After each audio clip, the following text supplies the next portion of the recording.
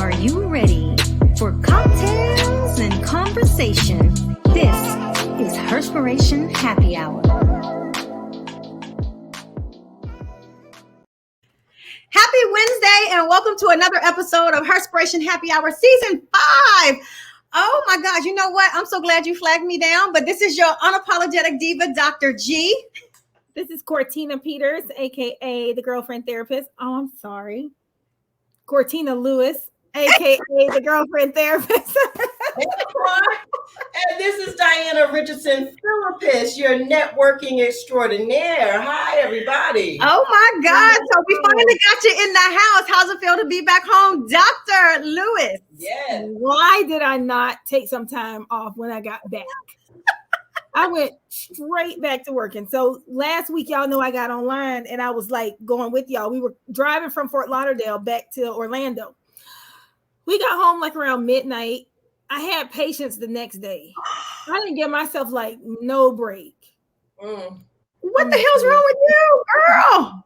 Oh, tired. Yes. And today is my bonus son's 5th birthday. So we were supposed to be going to family dinner. I said, not we can wait because I done missed 3 weeks. I cannot miss tonight. Okay. Right now. Well, happy birthday to the baby. Yes. Happy birthday. Yes, definitely happy birthday. And then I'm over here trying to put it on my page because, you know, I try to put that we are live. And We are. I tell you, so I can make sure and engage on my page. Oh, so you are back, even though I know you said you wish you would have taken more time off.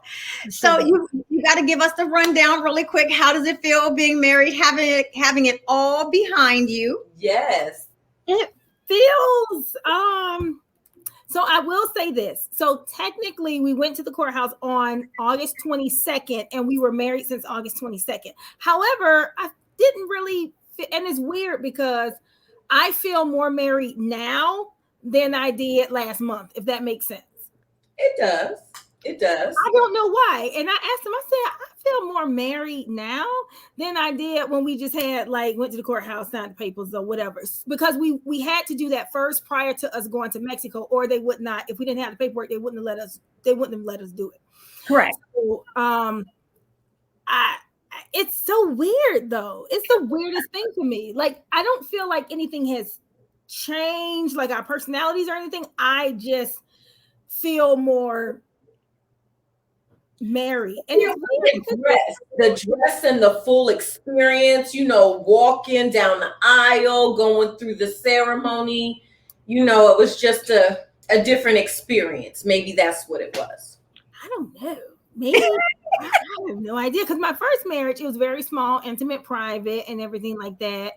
Because Pam, I shared with you before, I was supposed to get married prior to me finding out that I had cancer, and then I called off that wedding. And so that wedding had like 300 people. It was like a huge to do. And then I was like, I planned a big wedding. I don't want it. I had a very small, intimate wedding, like 20 people. Or maybe like 15 people. And, you know, that from that union, my daughter was born and everything like that. And then it was something about this one. I don't know. Maybe I just feel like it fits. Like, You met your soulmate and your partner. Right. And did you get an email where, you know, I did give him a shout out on he was looking quite suave himself because, you know, he was hating a little bit and feeling his feelings that I did not acknowledge him. It was like about the wedding himself. And you know what? I can hear him saying that. I certainly can. Like, oh my gosh, I could certainly hear him coming out of his mouth. Get it all. But you know what? And so while we're talking about this and we have you on, the most hilarious part of one of the most hilarious was like we turned up before the wedding, after the wedding, but nothing hands down beat. And I can share this because you actually posted this. Nothing beats you being wheeled off in a wheelchair the night before your wedding because you had overdrank. Oh, girl, not the wheelchair. Oh, a whole wheelchair. Listen. No, that wasn't the night before because that was Thursday. That was Yeah. Thursday night. That was Thursday night, and so Thursday night, 2 nights before your wedding, you was wheeled off in a wheelchair. Well, the turn up was real. It was. The turn up was real, and it was like so all the time. They was like, oh, we're going out here. We're going out here. Everything was 10:30. 10:30. 10:30. I was like, what? 10:30 and 2. And the day of the wedding, it was 10:30. I was like, Rehearsal 10:30 at night. 10:30. Everything was 10:30, and I like it though. I love it. I'm still having my heartbreak over my dress, but Oh, me too. I didn't tell some of the bridesmaids. It was like, huh? What? I was like, oh my God. Yeah, the dress. I was trapped in that mother. I was trapped, and it fit so well. And so the fact that we had to use nail scissors to cut down the fabric, it was like zero good. But crazy to me. When you finally got it off, were you able to see why the zipper was stuck? And I even tried to unzip it after I got it off. You still couldn't? It was not coming down. Oh my God.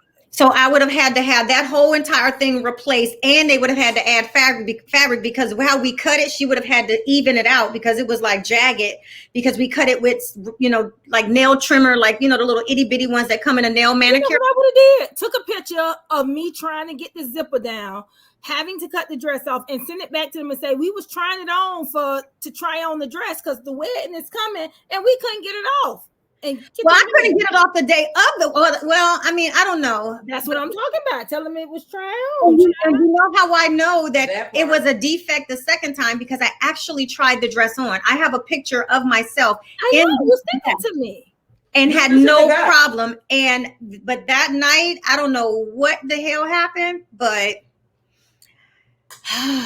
well, and it was and even like I tried so hard to get out that dress, like I even had end up tearing some of the cuff because I was like trying to get the zipper down, and oh my God, I almost broke out into a whole fit. My anxiety was high because I was like, how the hell am I going to get this dress off of me? And you're lucky I didn't show up to the party, to the club after that. In the dress. But I still wouldn't have been able to get out of it. But the fact that I still could not get that zipper down, I was like, you know what? The alterations on this dress is going to cost me a lot, because it was already spending like $150 to have the train cut and it taken up. And I was like, well, at this point, I would have had to wear that dress to the airport. This dress is coming home with me. Not to the airport. To the airport. We put on a sweater. Was I going to shower in it too? Yep. Or wash up. I can't. You know what? The slip was high enough. You could have reached the hot spots. Okay? I can't. I was about to say that. This dress is coming home with me. We're going to get all the pictures, all the videos. We're going to go to the beach, by the pool. We're going to get our money's worth out of this dress. That part. Well, first of all, I got my money's dress because I was wearing that dress. Yeah. Oh, so nice. Oh, you saw the pictures? I know. I did. It was nice. And you were beautiful, by the way.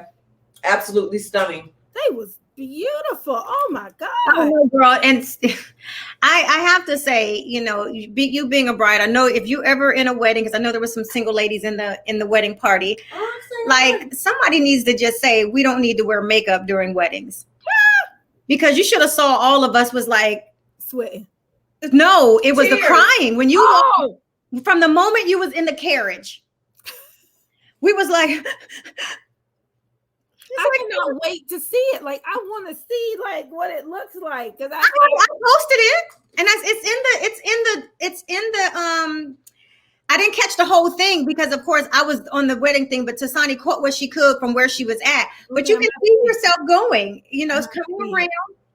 It's in my reel though, and then it's also in the photo gallery that I sent you. Mm-hmm. To just me or to you? I sent you. I tagged you. I put you in a photo gallery because you have an iPhone. If you go to your gallery, you will see where there's permission to. Girl, I ain't never known nothing about that. Oh my God, she's about as tech savvy. She's about as tech savvy as you are. Oh well, why you gotta put my business in the street? Okay, never mind. You still. I'm getting there. I'm doing what I can do. Anyway, what I can do. Anyhow, you know what we didn't say? You know, you can tell Louisa's not here because we sure enough forgot our drink for the day. I'm drinking wine. No, we all drinking wine today. Oh, yes, Black Girl Magic. Which one is that? The Riesling. But the reason why I had it was for my women WCW. And so I was thinking about, I was just thinking, and I was like, you know what? My WCWs are going to be all the ladies who have not given up on love. Come on. Because, and I'm speaking from a woman's perspective, we have all gone through some shitty situations, some unfortunate situations, some situations we stayed in longer than we should have, some ones that maybe we should have stayed in that we weren't even checking for them. And so being able to go through all of that and still not saying everybody is horrible, there are no good men out there, because if we're looking at ourselves, right, regardless of the situation we've gone through, and we know that we are a good individual, we have to know that someone on the other side also is good. That's right. Maybe we haven't come across them yet. Maybe we have in the previous lifetime. Maybe we have in this lifetime, but maybe we just didn't identify them, or maybe we're with them right now and we just are not realizing that, you know what?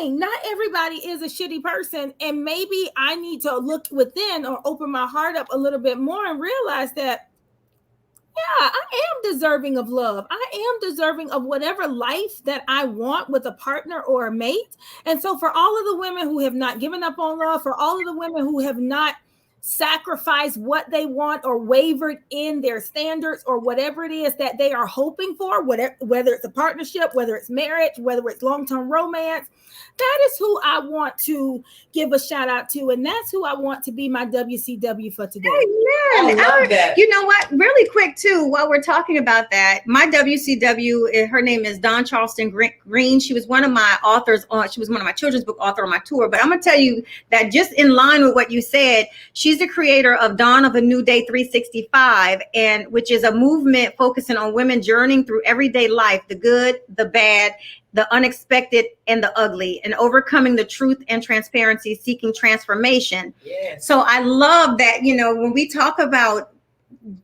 the transitions in life and not giving up, it's just right in line with what you're talking about. And, you know, even before I give my WCW for today, just to your point, you know, we as women, we do go through things, you know, and in my opinion, and on my journey, what I have to say is God is preparing you for that person. Mm-hmm. So for every situation, relationship, failed relationship, or whatever it may be, you're one step closer because you're learning about yourself. Right. You're learning about what you want and what you don't want, what your deal breakers are. And then when your soulmate, or should I say your forever mate, you know, comes along, you can respect that person. Mm-hmm. And vice versa. They're being prepared for you. You're being prepared for them. Yeah. And when the time is right, then you meet. Right. And then there's no mistakes about it. You understand what I'm saying? So I love that. Yeah. I absolutely love that. And for me, my WCW today, I'm going to stay in that vein of I'm sorry, I'm having a moment. Breast Cancer Awareness Month. That's not funny. But my WCW, I have no idea. Sheila, who is a breast cancer survivor. So today it was important for me to highlight her. She's a wonderful person. She is 74 years young. Okay. She had been diagnosed with breast cancer over 20 plus years ago, you know, and she fought stage 4. Oh, wow. At stage 4. And she fought, she made it through, and she's still here today. All right. So that's my WCW. Sheila Dezonia Wright Johnson Wright, because she's married. But yes. Amen. All right. And our guest is already here. And today, you all, speaking of like transformations and transparency and just life changes and all the things that come, but in the workplace. You know, our guest today is Zenica Chatman, who helps women rediscover their inner strength and confidence after an encounter with a workplace bully that she had. And as a trained journalist and communication strategist, she uses her unique background to help people identify what's no longer working in their lives, discover their unique strengths, and design an action plan to create the life they love. I'm just loving all of that. Welcome, Zenica. How are you? Hello. Hey, y'all. So tell our viewers and our listeners a little bit about yourself. Yeah, so my name is Zenica Chatman, and I actually discovered coaching after having to really coach myself through what was one of the biggest career setbacks of my career, which was I was almost fired from my dream job, y'all. So imagine what that did to my confidence, my identity, all of that I had to kind of put back together. And so once I really was like, what do I want to do with this next phase of my life?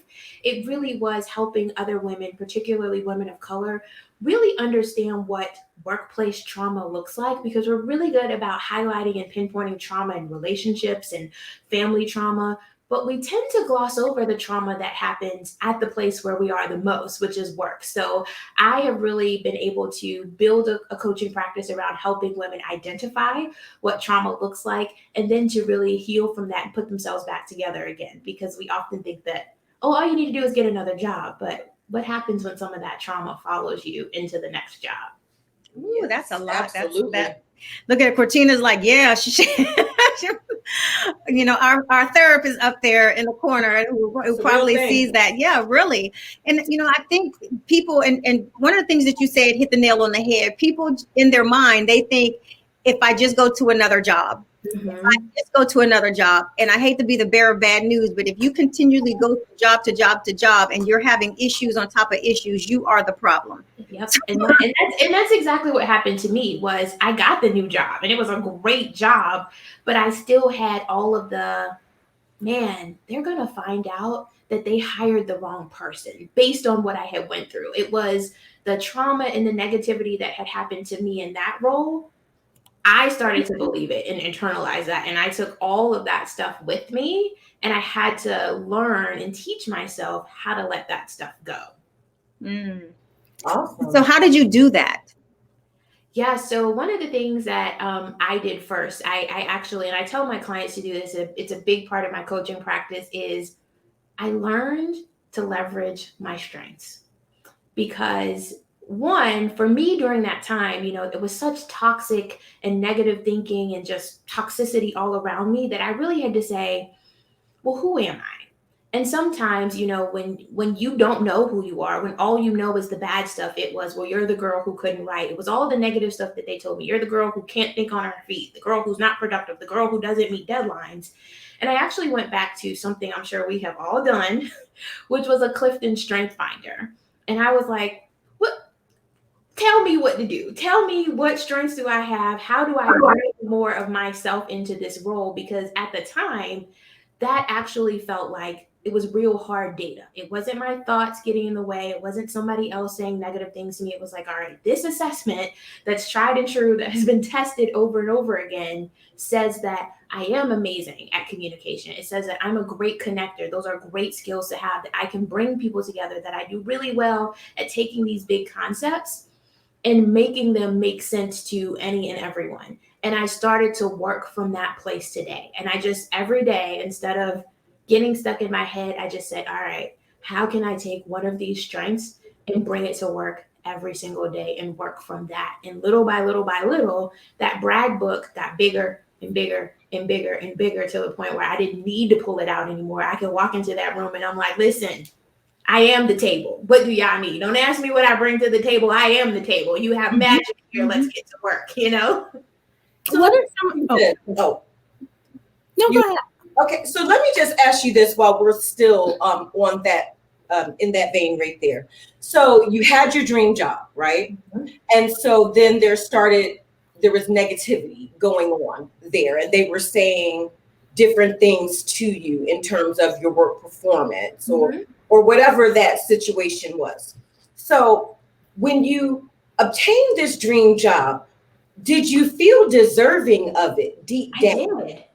I did. I will tell you guys, when I got that job, and I know we all talk about imposter syndrome, I had none. I was like, I had worked my behind off to get here. I deserve to be here. And I think that confidence was intimidating to people. Absolutely. I often, like to tell women of color, because people tell us all the time, it's like, oh, you're intimidating. And it's like, no, I'm not intimidating. You are intimidated. And you have to own your part. Like, if you're intimidated by me, then that's on you. But I'm going to keep showing up and shining. And so when I got there, no, I didn't have any of that. But what I did have that I often talk to people about, and we find this is why the fall is so hard. Once I got there, so much of my identity started to get wrapped up into having that job and having that title and being at that place. That is what made the fall so much harder for me, because so much of who I was wrapped up into that job. And might I add, potentially just wanting to fit into that culture. A little bit, yeah. In corporate America, we want to fit into their culture. And regardless of, our expertise and our knowledge, there's a different culture. It is. There's a different culture. And sometimes that culture doesn't respect our culture. Yeah. Absolutely. Yeah. Yeah. Cortina, you had a question. Go ahead. Yeah. So it's funny that this is even the topic, because I have 3 patients right now who are dealing with being Black in a white space as it relates to corporate America, and dealing with not their own imposter syndrome, but people not being able to receive them as their genuine self. And these are not ladies that are boastful or anything like that. But when they show up as their authentic, genuine self, very confident, it is filtered through the eyes of other as, oh, she's unapproachable. Oh, I don't know what to say. Oh, well, could you word that a little bit differently? Oh, other people, they don't really know. Could you say it a little bit more nice? And they struggle with that. And it's like, I've worked so hard to get to where I am, only to be reduced to either how they're portraying me, not because of my work ethic, because my work is not suffering. I'm showing up. It's never anything about my performance. When people say, oh, can I talk to you for a minute? It's always about indirectly my Blackness. I used to be called brash. You're a little brash. God, I don't have people have me to, because so many people have asked. I remember when I started one of my jobs, my new position, I was asked to take doctor off my name because, oh, this is an informal environment. I was like, I don't really give a damn. And I still put it there. But I was asked, oh, well, no one, even there's a lot of PhDs here and blah, blah, blah. That has nothing to do with me. That's right. And they was like, you look unapproachable. Well, I guess I don't. I guess I, don't come this way. Well, unfortunately, because I just felt like that was kind of.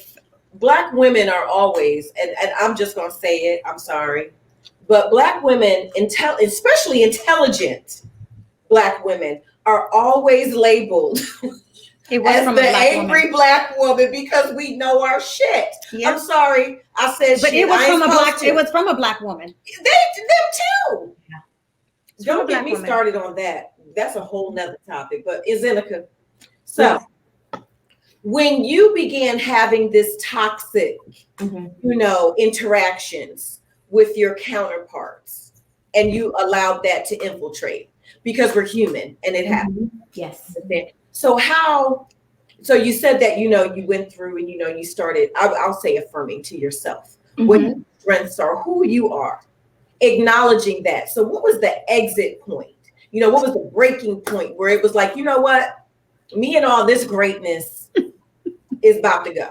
Yeah. And so I always tell, and we can be real, right? Like, I'm just going to tell the story how it was. It was a moment where, I had been constantly praying, constantly kind of reading the word, being the word. And I literally every day, y'all, I would be like, I'm putting on the whole armor. And I would read that scripture every day. And I felt like I was suited up every day. And there was this one day where y'all know the meme where it's like, being like Jesus does include like knocking over a few tables. It was this one day where I was just like, all right, the table flipping Jesus has showed up. And we're gonna have to do battle today, because there just came a point for me. And this is not career advice. This is my personal story. But I felt very much like there just comes a point as an adult and as a grown woman where you really have to assert yourself. And so there was a conversation that had to be had, and I had to be very clear about what I felt like I was experiencing. And I called everything out, and I said, this is how this is feeling to me.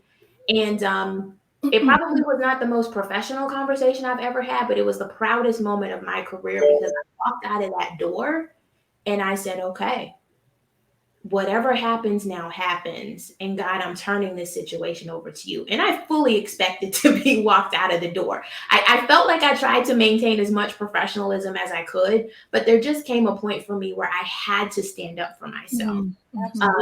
And so after that, I had been constantly trying to find other work, but when you are in such a toxic place, there's even a sense of hopelessness that you can find something better. And so I recognized that I wasn't even able to interview at the same level that I had interviewed before. So before all of this happened to me, I was very much, and I now I'm back to that person. I'm like, if these people call me for an interview, I hope they have their paperwork ready. Because once you let me in the door, I'm the choice. But I was even so far removed from that. And it was just a decision that I finally made, which most people in these very toxic or bullying situations, that's usually how it ends. There's usually a financial implication, because either they're dismissed or they leave a job voluntarily without having another one. And so in my case, I'm a woman of faith, so I definitely felt like God was working in some other ways, and there was a situation that almost was just laid out for me to walk into. But it wasn't until I had kind of stood fully in, this is who I am, and this is what I'm not going to tolerate anymore. And you are not my source, so you're not going to dangle this little bit of money over me anymore. This is what I am and not going to tolerate. And if we can't come to a different relationship, then I'm going to make a different decision for me. That's right. Absolutely. Absolutely. That's child. It's deep and it's I know. real. So one of the things that we want to talk about is like just the unpaid labor of BIPOC women. That was our topic. Girl. First of all, there's so many layers of that, by itself. Yeah, but I mean, all of what we've been talking about is a part of it, right? Like there's another level of mentally preparing yourself for work before you even get to work.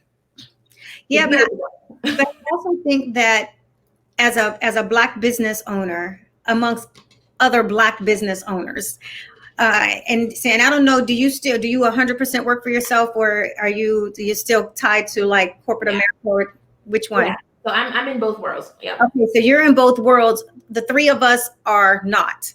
Are 100% like working for ourselves. And so, believe it or not, there are so many. Me and you just had this conference, and I'm sorry, Diana's sitting right next to me. So if I looked at her, that's why.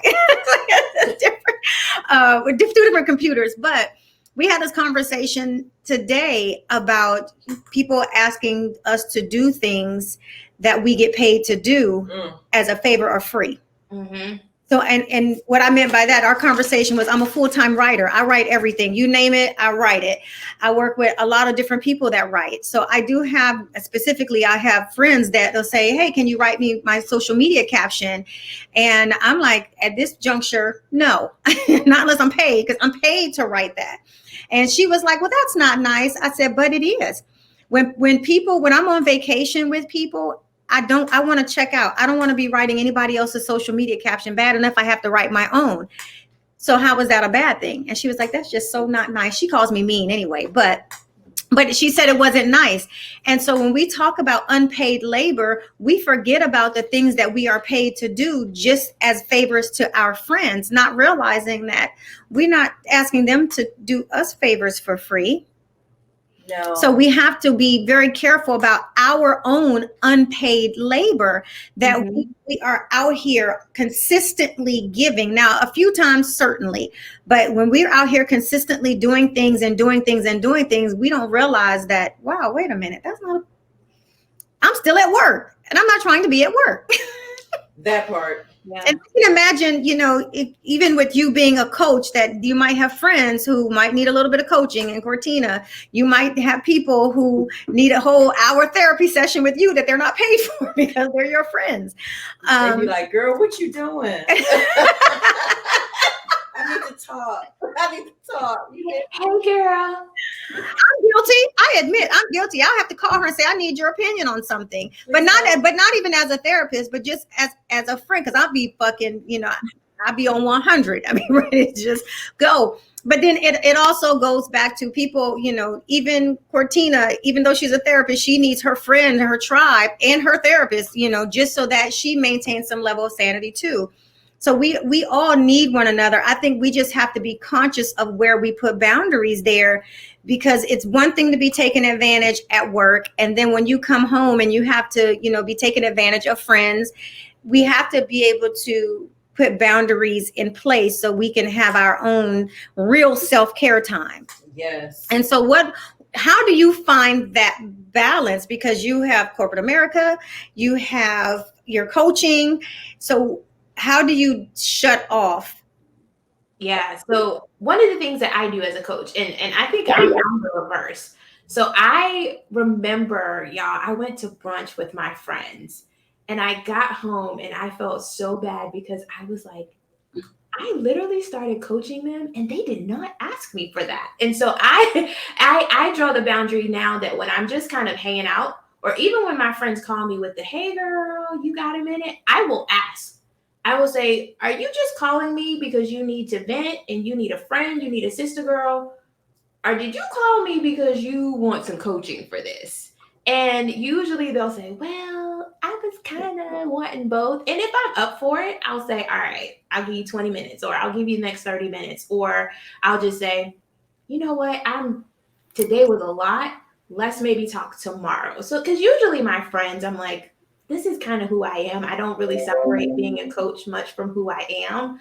But in corporate America, I'm very clear, because I think corporate America has done a really good job of taking advantage of employees, particularly its employees of color. And so I'm very clear about what I raise my hand for, what I volunteer for, what I allow to be delegated to me, because I think that we oftentimes in the corporate space, we've just been taught that, the way to get ahead is to work more. Mm-hmm. And I've seen a lot of us doing a lot of shit in the corporate world, and it doesn't equate. It doesn't look the same way as other people. So when opportunities are being rolled out, even though I'm doing a lot of work, I'm on every committee, I'm doing the report, I'm helping this person, I'm helping my manager be strategic, I'm not getting the opportunities that line up with that. So I'm very clear now at this point in my career, especially given what I've been through, I'm very clear about what kinds of roles that I step into or even just allow to be put on me.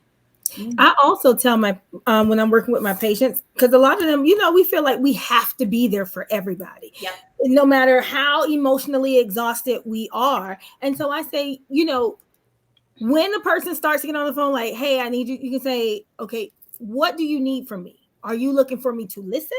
Mm-hmm. Are you looking for me to give you solutions and help you with this problem?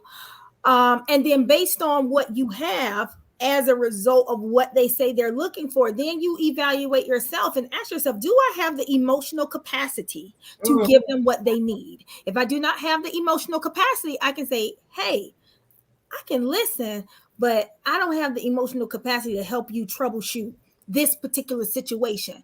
What if we table this conversation for tomorrow? Would that be okay? To make sure you are not overextending what you do not have. Mm-hmm. And so also when people are asking you, say, okay, like when some people come and say, you want my personal opinion? Because personal opinion might be to bust the windows out, but my professional opinion might be something different. So you want a homegirl ride or die version? Yeah, which one you want? Like which mindset? More than likely, they all align. However, it might be that one time where I'm just like, you might be tripping a little bit, but the other one is like, girl, you my homegirl. I'm gonna let you say it, because it's not my job right now. Because if you're looking for a homegirl ear to listen in that moment, it is not my job to tell you, well, you need to look at this. I might have that conversation with you tomorrow, but I need to give you the space to be able to get it out, say what you got to say, and then I'd be like, okay, girl, I know we talked yesterday, but Like, I hope you didn't move. You didn't bust the windows out for real. Yeah. Because I got bail money. Just let me know. No, that's You know, that. I'm gonna help Look, you. that's that that. I can. Look, that's that real, like, you know what? If I was you, I would go in that office and flip the fucking desk over. You didn't do that. You didn't really do that, you? did you? Because I was just, look here. I was being a friend because I know how I would feel if I was in that situation. Right. We need to shake the table. Like what we need to do. Where was y'all when I was going through what I was going through? I was like, yo, big up. I'll never forget, y'all. Oh. I'm not even gonna say the name of the company. I don't want no lawsuit. No. Oh, She's not there no more though. This manager. I had worked there for, when I first started, I think I was there for almost 5 years in this particular role. And I liked it. The manager, I had heard the horror stories about her, but she was nice to me. Go figure. And I remember people would be like, oh, it's Diana. It's going to just wait. 1 year, 2 year, 3 year, year 4. I guess it was my turn. She was, and I would, now don't get me wrong, I witnessed what she did to other people during my tenure. And I believe it was in year 4, year 3, year 4, because I exited in year 5, that I had a really close relationship with one of my coworkers. And what she did to her was devastating to me. How she treated her, how she talked to her. And I knew where it was coming from because it's a long story. My friend or my coworker, she's a friend. Her husband was a manager. She was just an evil person. I'll just put it that way. Very demeaning, very, I don't know. I mean, she just needs Jesus. I mean, I don't know. I don't even know if Jesus can help. I don't know what was happening there. I don't know. I prayed for her. I did. I prayed for her. But it came around to me. And we talked about testing patience. So I remember one day, like she had just been, working on me, y'all. She was working me over. And I would pray and I would say, Lord, we got to pay the bills, so I need my job. And man, I don't even remember what she said. But whatever it was, I stood. Oh, look, I was about to stand up, y'all. She came over to me and said something that intrigued me to stand up because the sister girl wanted to come out. I call her Tanya. Tanya was like, today, then my friend that sat over, he looked at me, and his name is Ian. He was like, mm-mm. I was like, okay. I said, let's go to HR. I took my manager, y'all, to HR. We need to go to HR to discuss this. Long story short, I ended up quitting. I found another employment, but it ain't worth it. Whoever's listening out there that's going through it, it's not worth it. If you are in a situation, in an employment situation where your patience is being tested to that capacity, it is not worth it. God always makes a way. I am a living testament. I won't get on here. It's not my show right now. I am listen to me. He will do it every time. Maybe not on your time, but every time.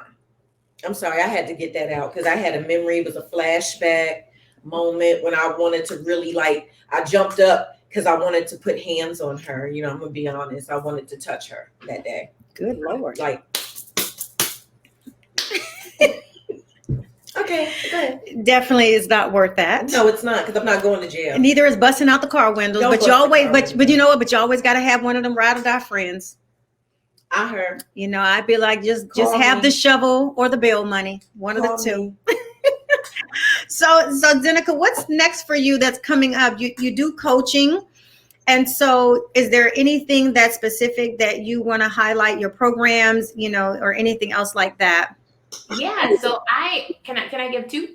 Yes, you can. So I actually have a group program. It's called Surviving Corporate. So the next cohort will launch in January. And really inside of that program, we talk about all the things that we just talked about here. So it's a little bit of life coaching. It's not career coaching. People think it is because we're talking about corporate, but it's really for the women who need to have these conversations that we're having right now, but also to get to work and really talk about how do we continue to move our careers forward, because all of us can't or don't want to be entrepreneurs yet. That's a different show for us to talk about my opinion on that. But, even for those of us who have to do what we have to do in the meantime. So I have a lot of women who, after these negative experiences, as you guys can imagine, they're like, I'm done with this. But then their bank statement is like, no, you ain't. You got to figure this stuff out. So this is kind of the coaching space for those women who really need to put themselves back together while they figure out that next step. So we talk about things like confidence. We talk about things like fear and being hopeless, and how do you search for a job when you feel hopeless. We talk about how do you create goals. How do you create goals when you're completely disengaged from work and therefore life, because work has been kicking your ass? So that's really the premise of this program. And then I'll let you guys in on a little secret, but I'm also putting together a live event that'll also happen next spring here in Charlotte, North Carolina, where we're really going to talk about how to get back to a place of healing and happiness and how to thrive in even the most toxic work environment. So I'm super excited about that. More to come, but I wanted to give y'all the exclusive because we had so much fun talking here. So I'm looking forward to it. I know that is so dope. And before you go, I have to ask, there's a lot of different coaches. What made you say, you know what, career? I want to teach people how to be in their career. Just for the record, you all, if you say, I don't like my job enough that I feel like I don't want to work for anybody, brace yourself, because it get real fast. Oh yeah. When you step over into these little 3 boxes, when you step over to this realm, be ready. Be ready. That's all I would say. So, you might want to go ahead and hit that career January counseling to make sure that this fit is good for you and that you got yourself together. But why career oriented coaching? Because when I was going through all the career coaching advice I felt like it was very basic. It was very cookie cutter, and it assumed that everybody had the right opportunity. So all the career coaching was, well, just be assertive. It's very difficult to be assertive if you already know me being assertive is going to be perceived as me being an angry Black woman. Mm-hmm. Or how do you grow your career in an environment where people are bullying you? So I really felt like there wasn't a space for women to come together and talk about, but what do you do when work has been really painful? Because we're trying to function inside of a system that was never built for us. 1, 2, was never built for us to succeed. So if you're a woman, corporate America was just not built for you. And there were spaces that I have gone into where I had a woman tell me, like, we just got a woman's bathroom last year. And it's like 2018, right? Oh. So I felt like there was not career coaching that kind of took all of the things that we are dealing with into consideration and didn't really focus on some of the things that I felt like me and all of my friends are going through. And even some of the entrepreneur spaces, like when I would sit down with my friends, I kind of saw this direct line to how corporate America makes you think, or lack thereof in some spaces. And then how do you take that if you haven't done the work of deprogramming? How do you now think that you're going to become an entrepreneur? If you're used to writing all the stuff and having to send it to this person, to send to this person, to send to this person, to come back to you to like delete the track changes and send it on, how then do you become the person that says, I approve this, let's keep it moving? And so I saw all of those things, the lack of confidence, the lack of self-belief really holding people back. And so I wanted to create what I kind of call life coaching for career-oriented sisters, instead of just like the cookie cutter career coaching. Wow. It's a beautiful thing. Right? I know. I want to ask a question. I'm intrigued. So when you say workplace or when you say people are being bullied at work, can you give me an example of bullying? Because when I think about being bullied, like what we doing at work? Yeah, actually, the situation you just described, that woman sounded like a bully to me. So there is actually, so when my situation happened to me, y'all, I just jokingly said it one day, like, gosh, she was just a bully, ha ha ha ha ha. And it was like something clicked, and I was like, is that a thing? Do people like, is that an actual term? And I Googled workplace bullying, and it's actually a term. There's a Workplace Bullying Institute. There are tons of studies and data all around workplace bullying. And it could look a couple of different ways, but it's usually just abusive behavior directed at one or a group of employees. It could look a lot of different ways. So it could be practical jokes, the butt of jokes. It could be things like consistently denying PTO. It could be work sabotage. So it looks very different, but it really is just kind of a consistent pattern of abuse and mistreatment directed towards an employee or a group of employees. And okay, so where can we connect with you at and find you? Because we definitely want to make sure that people know where they can enroll in this class in January, and then also stay in tune with everything else that you have going on. Absolutely. So the best place to find me, just to find basic information, is zenicachatman.com. That's ZENICACHAT is in Tom, MAN.com. And if you want to like hang out, chit chat, find me over on Instagram at Z_Chatman, or on LinkedIn. So I do a lot of LinkedIn too, and that's just Zenica Chatman. Okay, well, we have you right here, zenicachatman.com. So that way, people can be in touch with you and follow you. And when is the enrollment in for your class in January? So enrollment hasn't opened yet. So it'll open in the next couple of weeks, and then it'll probably be open until the end of the year, or until the class gets full. Well, all right, you all catch up with Zenica here. And you know what? Everything that you said, it was so valuable. And, some people don't even realize that they are being bullied in the workplace, or what opportunities that they have. And then I also say, no matter what, if you're looking to transition, it's better to know how to transition in a healthy space than an unhealthy one. Mm-hmm. So thank you so much for being on the show. Thank you guys. Thank you all so much for having me. Appreciate you stopping by. And of course, we're going to have you back, again in season. I would love to come back. And I got my wine. I kept it simple because I know y'all some mixologists. So I didn't want to take people to real here.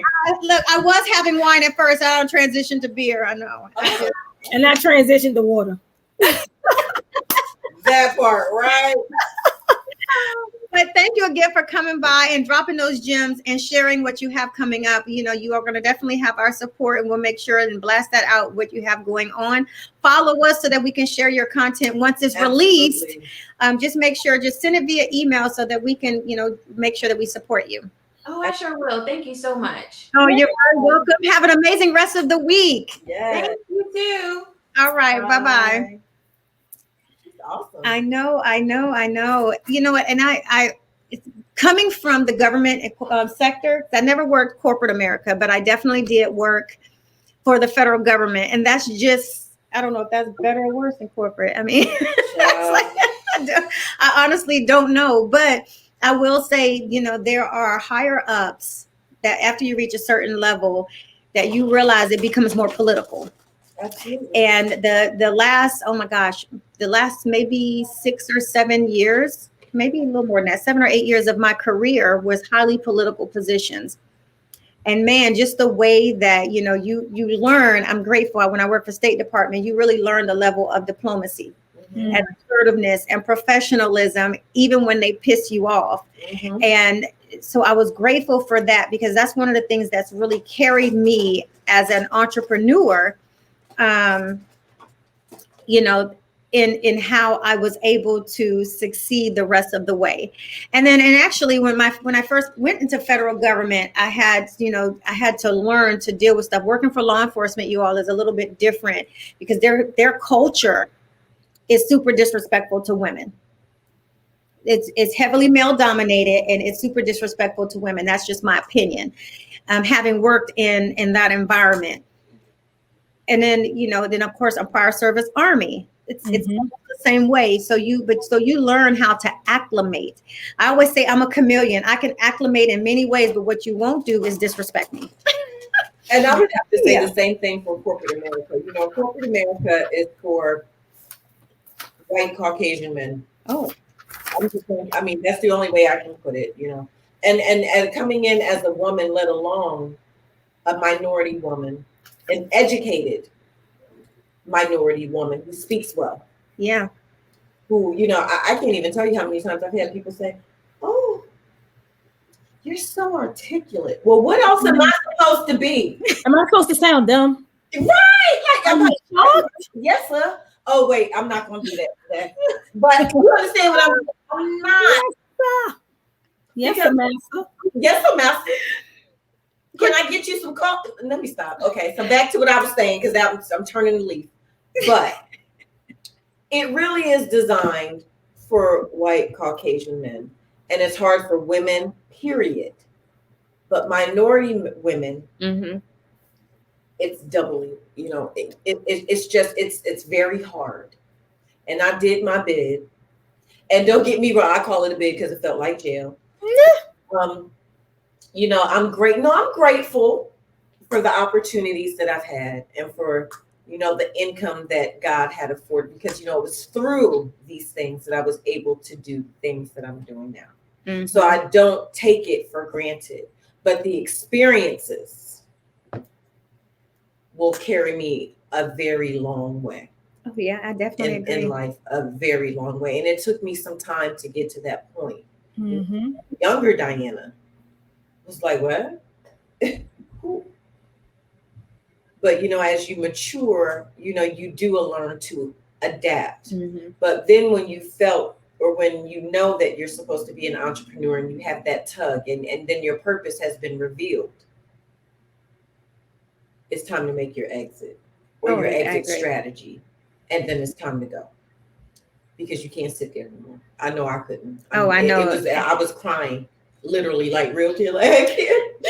They say one more thing. I swear, like it was like that. Like, I can't deal with y'all. Bye. Yeah. See, I woke up to that though. So I literally woke up one day and it was like, now or never.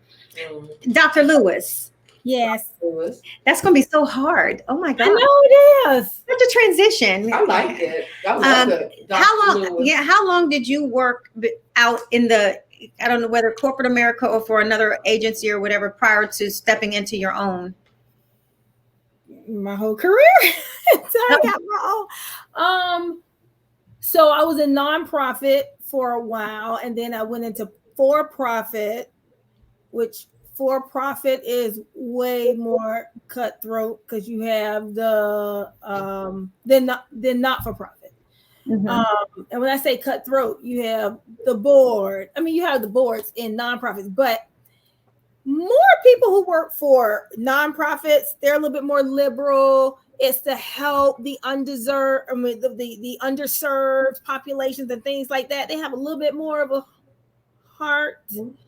When you straight corporate, finance, for-profit, publicly traded company, they don't give a shit about nothing except for the bottom line and the shareholders who they're responsible for.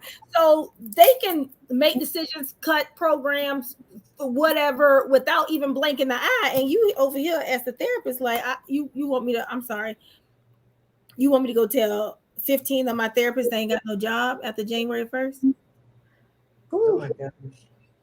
Those are some very, and I don't know if they make the decisions lightly. I'm sure they don't, but it doesn't affect them because they're not directly working with the people who's going to be impacted the most. They're like positions removed, but you got to go tell these people, you know what, we're doing some restructuring, because that's the key word. That's what it's called.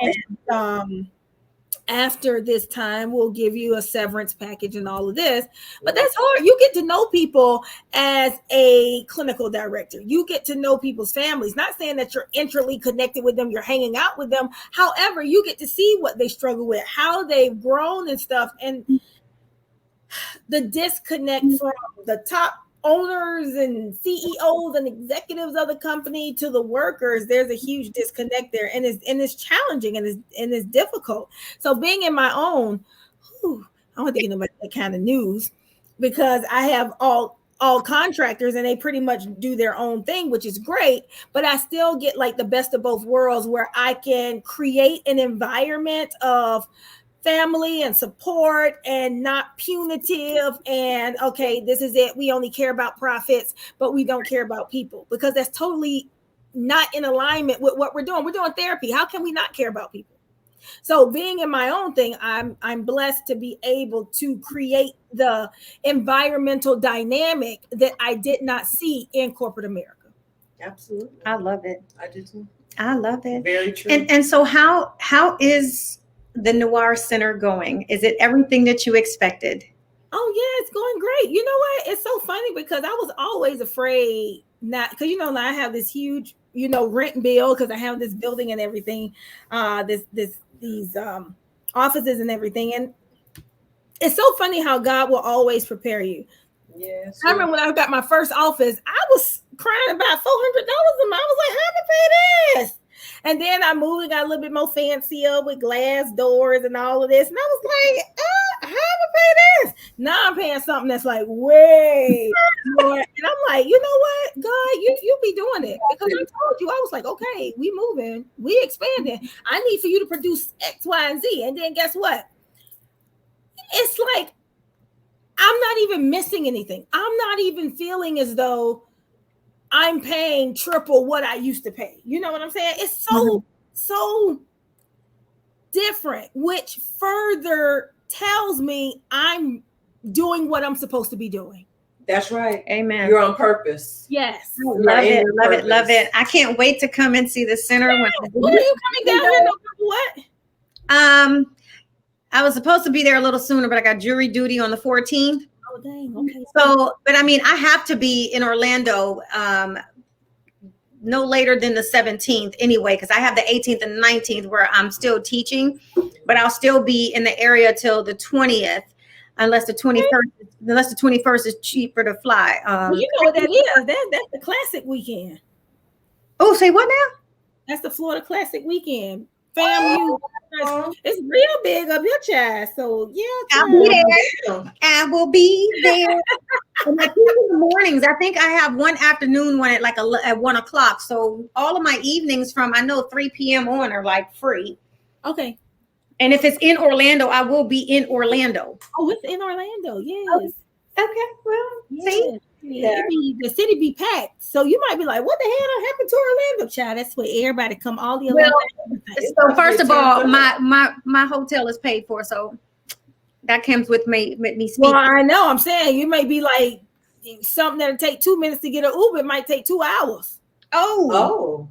It's like that. Can I just walk places? I need to go and look at where I'm at. I've been to a classic. If you on International Drive, yes, you can. I don't think I'm an International Drive. I honestly don't know where I'm at. It don't matter. I'll be around. I told you come stay here. I am, but you know what? But the night of the classics or whatever we hang out, we might not make it back there. Oh, the whole weekend, girl. What did you talk about? You got Thursday, Friday. I'm sitting on the panel on Thursday, but you got Friday. You got Saturday is the game. Friday is the Battle of the Bands, and then people be going out afterwards. Then you got Saturday, which is the game, and then you got going out. Then you got Sunday, which is brunch. It's activities to do the whole freaking week, to be honest. So technically, I don't need to leave until like Monday. Well, that'd be cool. Yeah. Wait. Oh shit! Come on, my room is free. Man, like, dang, man, I gotta do a class on that. You will not have you will not have Masibo mad at my ass. No. Now, anyways, so look, so I'm gonna look forward. I'm kind of glad I'm coming that weekend, so I'll have the best of both worlds of speaking at the conference for student leadership, and then the classics that weekend. Yes, honey. But I am going to try to get there earlier. I'm still trying to work out my schedule because jury duty kind of threw a monkey wrench, because I intended to come from Miami to straight to Orlando. But maybe I can call and see about getting out of. What date was that? The 14th. Oh yeah, because the 13th and the 14th. What's that date? Morgan has her the 14th, the 15th, and the 16th. Morgan is in competition. She's debating, so she's in the state debate competition. When is that? That 14th, 15th, and 16th. Oh, if I can get there by the 16th, that would be good. I can work. Right date. What's the date, girl? Oh, my bad. Wait a minute. Not the 11th. Oh, I'm on the wrong month. My bad. Okay, hold on. I'm sorry. She just walked in and told me that's not the date. Okay. Look, get it together. Scratch that, child. It's the 11th, 12th, and 13th. I'm sorry. Oh, no, I'll be in Miami for my birthday. She's doing a birthday. Never mind, Morgan. You won't see Auntie Pam. You'll see her the next week. You close it up. She said you can close it up. Oh my God. So Cortina or Dr. Lewis, where can everybody find you at? Everybody can find me at The Girlfriend Therapist on all social media platforms. And The Noir Center and Sex Unveiled. Okay. When am I getting my cards? Oh, they ship out on November 7th. I'm waiting on them to come in right now. Well, shit, I may as well just get mine when I get there. You will. Oh, I mean, well, and I gotta bring in your stuff anyway. So I still got your stuff from Africa for your for the Noir Center. I still have that at home because I'm kind of hesitant to just ship it unless I find the right stuff to ship it in. Diana, where can people find you at? Absolutely. You can find me at Diana Richardson Philippus, as well as at Bronzed Glow Beauty. And she is Diana.com. Thank you so much. And empoweredwomenempowered.com. Yes. You know what? I'm kind of sick of y'all. I have to keep reminding y'all of y'all brands. You have to remind, it's a lot. Y'all, all this can be funneled right through at Diana. Anyways, anyhow, this is your girl, Dr. G. You can follow me on all social media platforms at IAMDRPGURLEY. You can also follow my kids book series at Brown Girl and Brown Boy series on both Facebook and Instagram. And we're on Twitter, but I think it's kind of cut down. You can also follow my Kids Red Carpet at BGBB Kids Red Carpet on Instagram only. And you can follow the Herspiration brand at Herspiration Happy Hour on Instagram and Facebook, and Herspiration HH on Twitter.